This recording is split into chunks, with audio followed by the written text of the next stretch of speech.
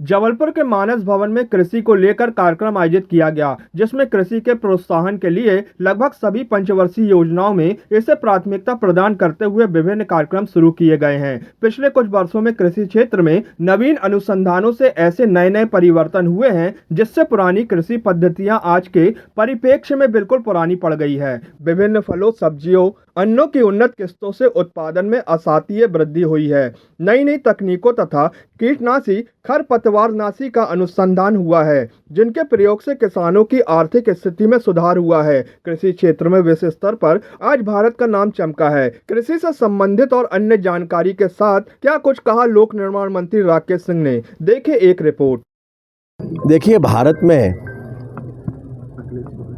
एक संपन्न कृषि का इतिहास 9000 वर्ष प्राचीन है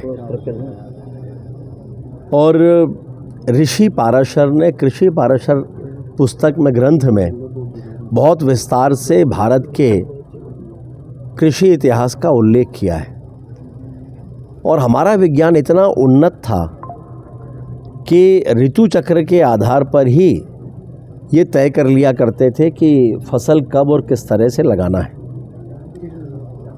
यहाँ से ही कृषि विज्ञान पूरे विश्व में गया, लेकिन कालांतर में जो परिस्थितियाँ बनी गुलामी के बाद की, तो एक तरह से हम सभी रासायनिक खेती पर निर्भर होते चले गए और रासायनिक खेती के जो दुष्परिणाम हैं वो हम सभी के सामने हैं।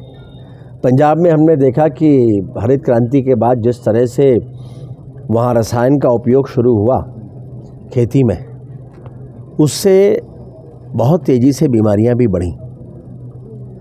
कैंसर, डायबिटीज़, और कैंसर की स्थिति तो ये थी कि वहाँ चलने वाली ट्रेन को कैंसर एक्सप्रेस ही कहते थे।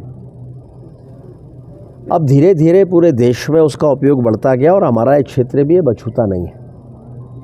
कहीं ना कहीं कम से कम जन जागरण हो, लोगों में जागरूकता आए, इस दृष्टि से सभी के प्रयास होना चाहिए। लगभग 10 वर्ष पूर्व मैंने जैविक खेती पर भी एक कार्यक्रम किया था, लेकिन अब समय की मांग है, वो है प्राकृतिक खेती। जैविक खेती की तैयारियों में किसान को काफ़ी समय भी लगता है और काफ़ी तैयारियां करना पड़ती है, उसमें उसको कठिनाई जाती है। लेकिन प्राकृतिक खेती आसान और बेहतर तरीका है कृषि का, और प्राकृतिक खेती के बारे में किसान बारीकी से समझें, इस दृष्टि से अभी 26 जुलाई को एक चौपाल प्राकृतिक खेती के नाम से एक कार्यक्रम का आयोजन किया है, जिसमें गुजरात के गवर्नर माननीय आचार्य देवव्रत जी, जो प्राकृतिक खेती के एक बड़े हस्ताक्षर हैं, बड़े विद्वान और जानकार हैं, उन्होंने देश में प्राकृतिक खेती को एक नई दिशा दी है। वो स्वयं मुख्य वक्ता के रूप में इसमें पधार रहे हैं।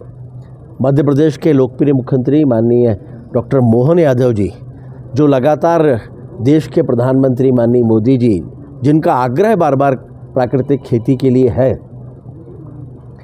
उसी दिशा में मध्य प्रदेश को ले जाने की कोशिश कर रहे हैं। तो डॉक्टर मोहन यादव जी भी यहाँ पर रहेंगे, मध्य प्रदेश के कृषि मंत्री भी यहाँ पर रहेंगे, और एक तरह से एक वर्कशॉप यहाँ पर संपन्न होगी, जिसमें मध्य प्रदेश के कृषि मंत्री माननीय मुख्यमंत्री जी और गवर्नर गुजरात, इन सभी का जो मार्गदर्शन है वो प्राप्त होगा। और प्रेजेंटेशन के माध्यम से हमारी कोशिश होगी कि इस क्षेत्र में भी जो प्राकृतिक खेती को करने वाले लोग हैं, उनके अनुभव कथन भी हों, ताकि किसान बड़ी संख्या में ये समझ सकें कि प्राकृतिक खेती के लाभ क्या हैं और रासायनिक खेती के नुकसान क्या हैं। तो ये कोशिश है जन जागरण की।